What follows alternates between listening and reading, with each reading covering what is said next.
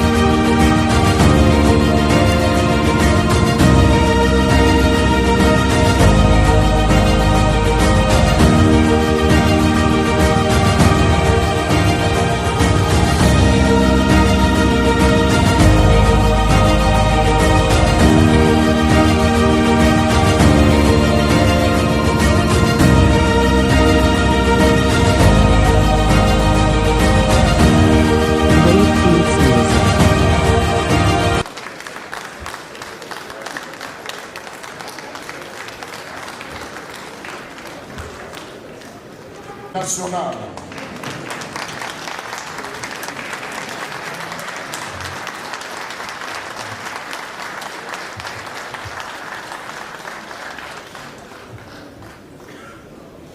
Merci. Bonjour mesdames et messieurs. Je vous en prie, asseyez-vous. Merci.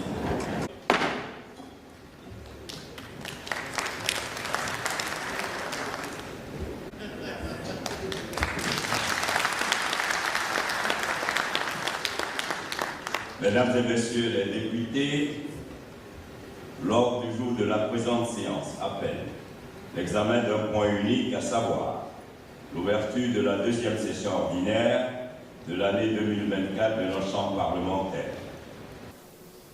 L'ouverture de notre deuxième session ordinaire voit la participation en qualité d'invité d'honneur du président de l'Assemblée nationale de la République démocratique du Congo, M. Vital Kamerhe, chers frères.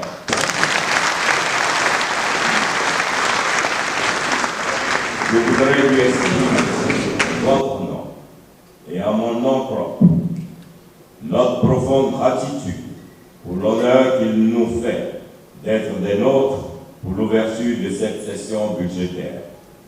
Mesdames et messieurs, je voudrais à présent inviter mon homologue et frère, M. Vital Kamerhe, président de l'Assemblée nationale de la République démocratique du Congo, à la tribune pour nous livrer son message.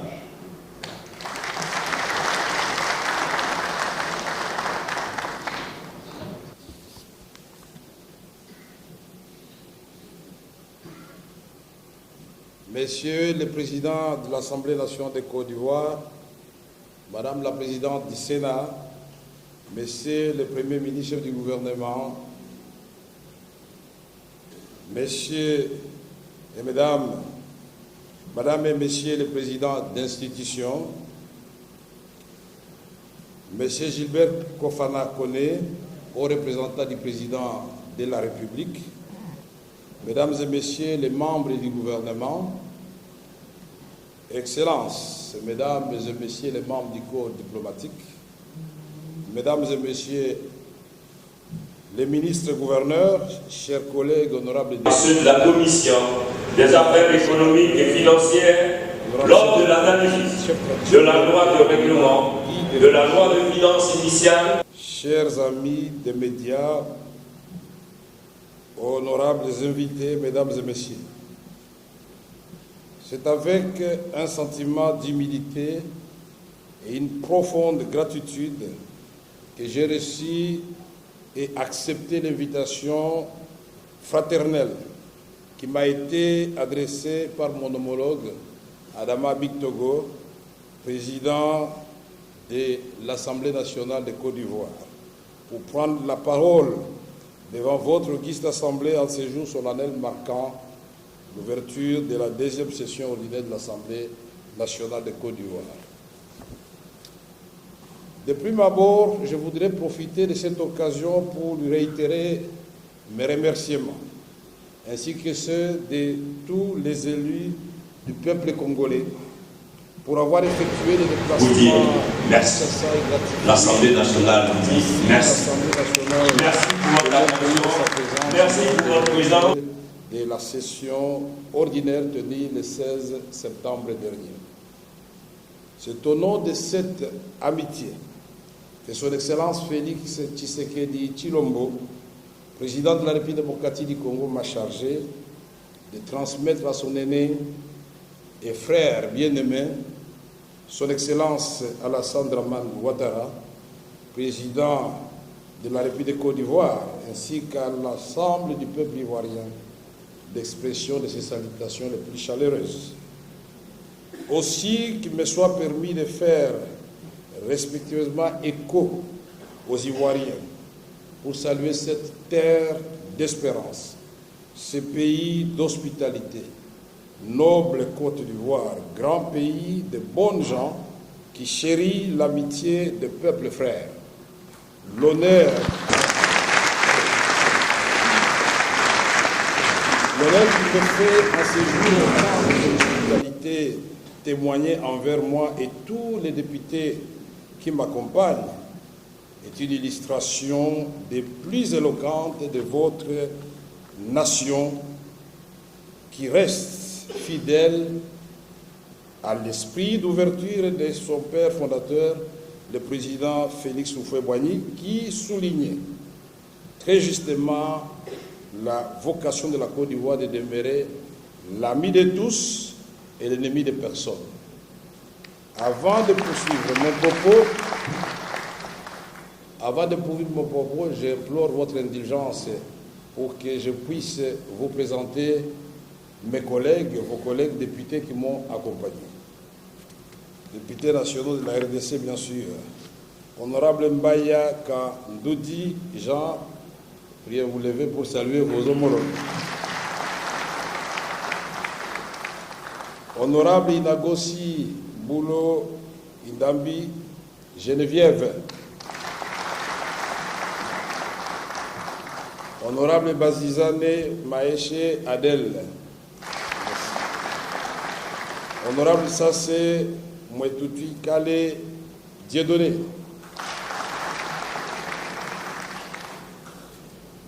Excellences,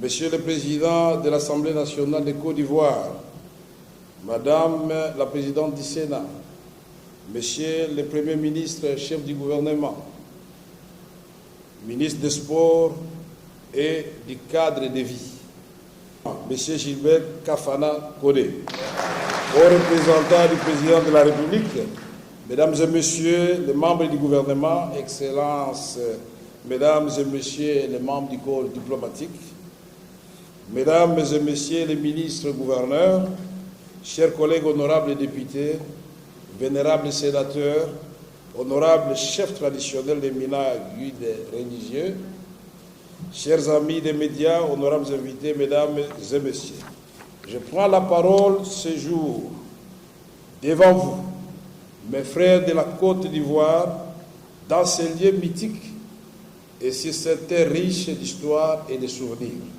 Souvenirs des affres de la guerre et du démon de la division qui un temps a ébranlé la quiétude de ce merveilleux pays, mais que, par la volonté, la détermination et le patriotisme, les forces politiques et les forces vives de votre nation ont si définitivement conjuré. En effet, il y a encore 10 ans, l'Afrique étant comparable à un corps humain, à Kinshasa et de partout au Congo, nous suivions impuissants la mort dans l'âme, le bombardement des populations ivoiriennes innocentes, certainement à cause des divergences politiques. Aujourd'hui, comment ne pas saluer chaleureusement toutes les transformations qualitatives observées dans tous les secteurs de la vie nationale dans ce beau pays qui a résolument tourné le dos à la haine ethnique et à la crise identitaire. Mon vœu le plus cher est que plus jamais l'Ivoirien ne déteste l'Ivoirien. Plus jamais l'Africain ne déteste l'Africain.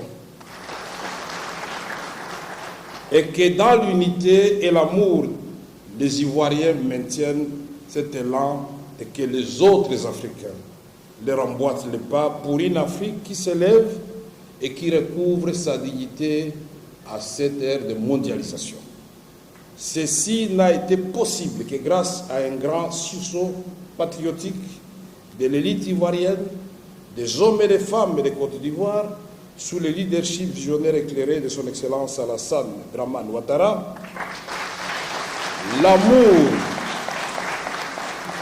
L'amour et la flexibilité des grands hommes, notamment l'ex-président Henri Konan Bédié de reste-mémoire. Comment ne pas saluer cette poignée de main historique de vivre ensemble entre le président de la République, Ado, et l'ex-président Laurent Gbagbo, que je salue en passant. Seuls les grands hommes sont capables d'un tel dépassement. Honorable président de l'Assemblée nationale, chers collègues, honorables députés, vénérables sénateurs, mesdames et messieurs, cette palme d'or revient aussi à la jeunesse ivoirienne qui s'est mobilisée pour plaider à travers l'Afrique et le monde la réconciliation nationale et la cause de ce beau pays. Certes, il y a encore du chemin à parcourir, mais ce développement s'observe notamment dans le secteur des infrastructures de base telles que les routes, les rails, les écoles, les hôpitaux, les centres de santé, l'accès à l'électricité et à l'eau potable, l'amélioration de l'habitat, la modernisation des milieux ruraux, à la base de la relance de l'agriculture et de désengorgement de la ville d'Abidjan-la-Belle, comme l'avait si bien chanté à son temps Rochereau Taboulé. Abidjan-la-Belle. Honorable président de l'Assemblée nationale, chers collègues députés, vénérables sénateurs, mesdames et messieurs, avant de poursuivre mon propos, je voudrais encore une fois saluer l'amour que les jeunes et l'élite de la Côte d'Ivoire ont manifesté envers leur pays. Nous avons vu les Didier Drogba, les Yaya Touré, les Magic System, Premier Gaou, les pas Gaou, c'est ça, n'est-ce pas? Partout où ils sont passés, ils ne parlaient que de la réconciliation dans leur pays. Et ça doit nous inspirer, nous, les Congolais. Honorable président de l'Assemblée nationale, chers collègues députés, à ce moment singulier, mon pays fait encore face à une guerre injuste qui expose aux innocentes populations du Nord Kivu, de l'Ituri et du Sud Kivu, nous sommes dans la partie est de la République démocratique du Congo, à des atrocités d'une barbarie innommable, mettant entre parenthèses toute expression d'humanité au profit d'intérêts obscurs de ceux qui ont délibérément choisi de s'ériger contre la paix, contre l'humanisme, contre le progrès et contre l'impératif de solidarité et de fraternité africaine. Précieux héritage que nous ont légué les pères des indépendances chèrement acquises. Ce drame que je viens de décrire ne peut laisser aucun Africain indifférent. Depuis 3 ans, depuis 3 décennies, j'allais dire maintenant, c'est dans le sang et le pleur qu'à l'est du Congo, les enfants sont arrachés à leur mère et les époux à leurs femmes. Dans cette partie du pays, les vieux sont souvent jetés sur les routes, livrés à l'errance et luttent tous les jours pour se soustraire au voile brumeux de la violence qui tente d'obscurcir l'horizon de leurs perspectives individuelles et les collectives. C'est depuis 3 décennies, en effet, que des bruits de bottes et les coups de canon charrient les rivières de sang et des torrents de larmes de nos terres, sur nos terres de l'Est, pourtant si riches et si belles. 3 longues décennies que les élèves y sont empêchés d'étudier correctement, que les mères et les filles sont éprouvées dans leur dignité par les viols systématiques érigés en armes de guerre. Que des sangs saccagés, que du bétail décimé, que des maisons incendiées, que des familles endeuillées, dans l'indifférence générale et parfois le silence coupable du monde. Alors, je profite de cette tribune pour joindre ma voix à celle du peuple congolais et de son président, Félix-Antoine Tshisekedi Tshilombo, pour non seulement dénoncer ces drames, mais aussi pour en appeler à la solidarité africaine en vue de faire triompher l'idéal de la paix et de la prospérité partagée. Cette aspiration à la paix et à la sécurité est aussi la vôtre. Et je sais qu'elle figure au niveau le plus élevé de l'agenda politique ivoirien qui s'illustre notamment par l'implication de son président et son gouvernement à la recherche des solutions pacifiques aux guerres auxquelles certaines parties de l'Afrique font face. Honorable président de l'Assemblée nationale, chers collègues députés, vénérables sénateurs, mesdames et messieurs, l'unité et la solidarité africaine que nous appelons de tous nos vœux, c'est aussi notre capacité en tant que leader à trouver des solutions africaines aux problèmes africains. Nous devons par tous les moyens mettre fin à la guerre dans mon pays, la République démocratique du Congo, au Sud-Soudan, au Mali, au Burkina Faso, pour que l'Afrique puisse se doter d'un plan concerté de développement intégral de ce beau continent, la nouvelle destination du monde. C'est pour moi l'occasion de saluer à cet égard les efforts de leurs excellences, M. Alassane Dramane Ouattara, président de la République de Côte d'Ivoire, et M. Félix-Antoine Tshisekedi Tshilombo, président de la République démocratique du Congo, en faveur de la paix et de l'unité africaine. Pour terminer ce chapitre, je voudrais inviter tous les Africains à apporter leur soutien au processus de Luanda visant à ramener la paix en République démocratique du Congo, processus conduit de main de maître par son Excellence João Lourenço, président d'Angola. Je salue également les soutiens apportés par les États membres de la SADC à mon pays. Dans le même élan, nous devons encourager la poursuite du processus de Nairobi conduit par l'ancien président kenyan Uhuru Kenyatta. Honorable président de l'Assemblée nationale, chers collègues députés, vénérables sénateurs, mesdames et messieurs, je voudrais cependant vous rassurer, chers frères et sœurs de Côte d'Ivoire, qu'en dépit des difficultés, le peuple congolais s'est montré brave et résilient, fidèle à la ligne tracée par Patrice Emery Lumumba, notre héros national, celle de la grandeur et de la dignité. Dans nos villages et dans nos campagnes, nous n'avons pas baissé les bras, de sorte qu'aujourd'hui, nous sommes résolument inscrits sur les sentiers de la consolidation de l'État, du renforcement de la gouvernance ainsi que celui du progrès économique et social.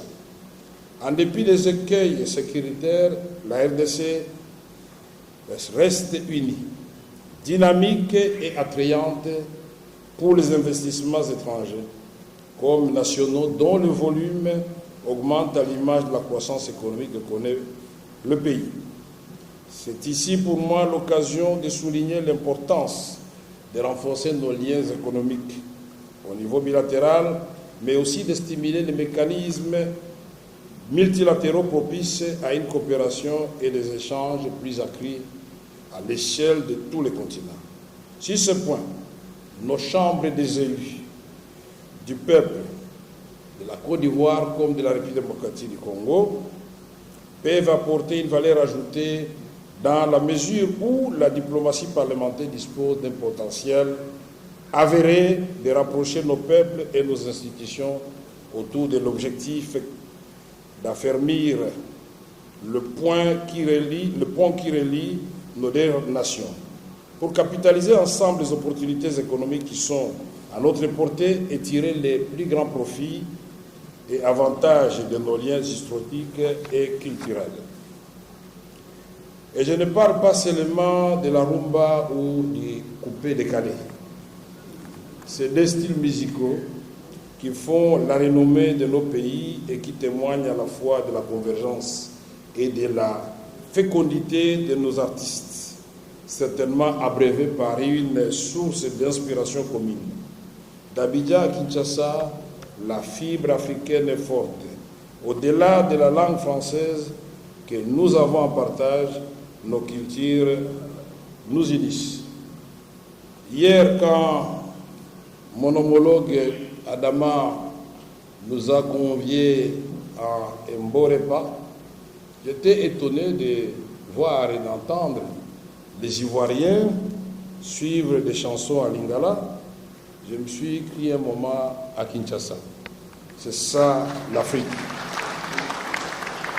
Soyez rassurés que nous suivons vos chansons aussi à Kinshasa, sans écouter, sans comprendre, mais nous devinons que vous chantez de bonnes choses. Les Gohou et les autres avaient été invités à Kinshasa. Je crois qu'ils étaient fatigués par leurs prestations multiples.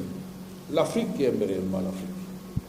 Mais l'Afrique a toujours été déstabilisée et l'Africain tombe souvent dans ces pièges-là, c'est malheureux. L'ambition légitime de mon pays pour son développement et pour le bien-être de son peuple n'est absolument pas en contradiction ou en opposition avec le progrès et le développement de nos voisins et de tous nos frères africains. Au contraire, la République démocratique du Congo, stabilisée, peut être une solution pour tous nos 9 voisins, les voisins de nos voisins, j'allais dire une grande solution pour l'Afrique.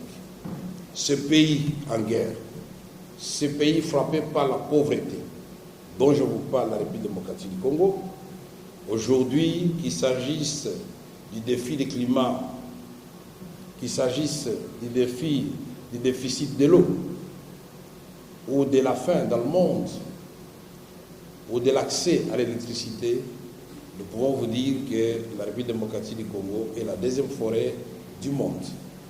La République démocratique du Congo, aujourd'hui, dispose de 80 millions de terres arables accessibles et 40 millions irrigables. Exactement la même surface cultivable que la Chine. Quel gâchis pour l'Afrique.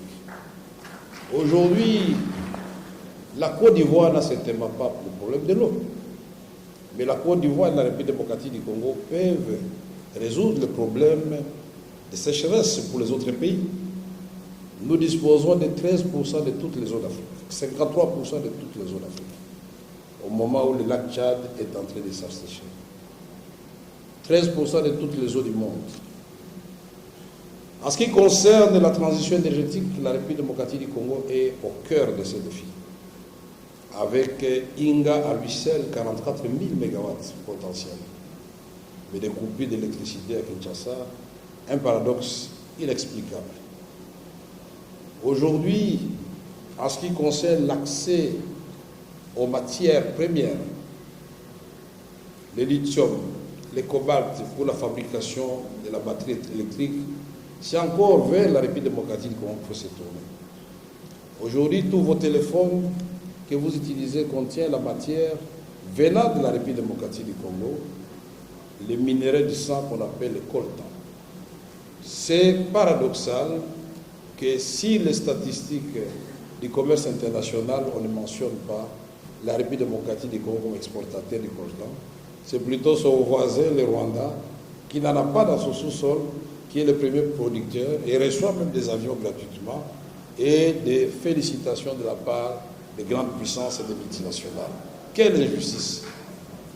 Mais, puisque nous disons, notre ambition est de vivre en paix avec tous nos voisins, y compris le Rwanda et l'Ouganda, dans l'amour et l'unité africaine retrouvée, nous allons certainement dissuader nos voisins de passer par la porte au lieu de passer par la fenêtre.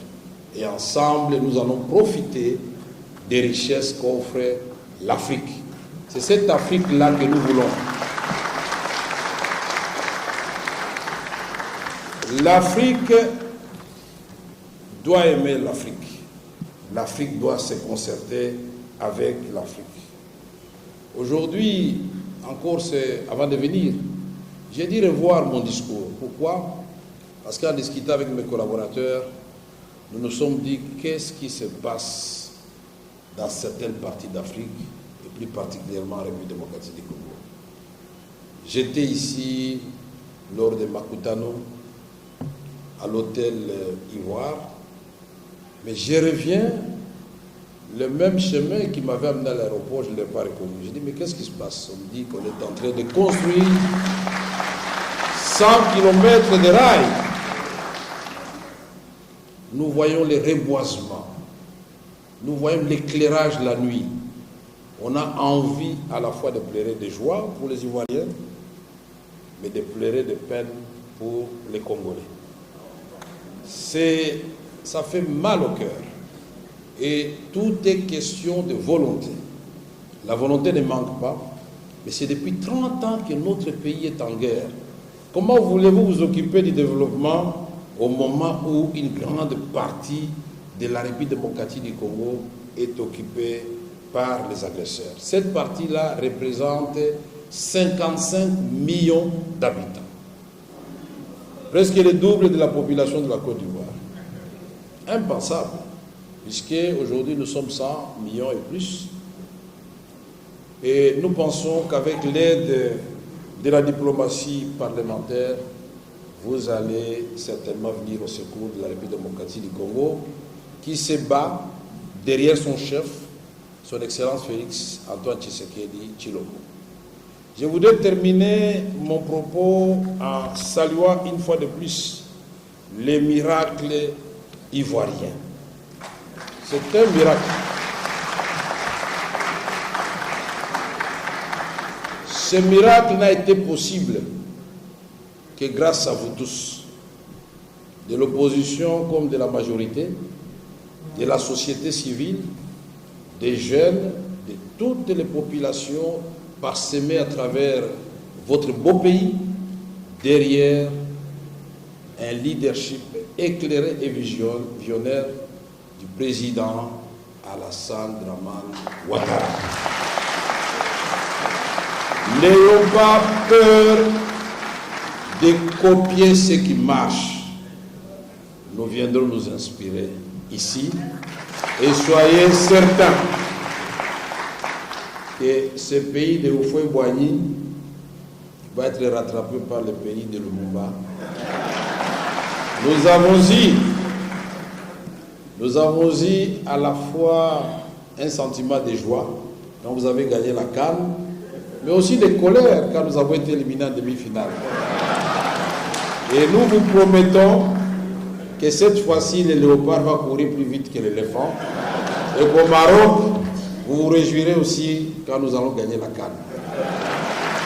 Mesdames et messieurs, je vous remercie et vous prie de saluer toute la population de la Côte d'Ivoire qui nous suit à ce moment et dire que les Ivoiriens sont aimés à Kinshasa et ils sont les bienvenus. C'est leur second pays. Je vous remercie.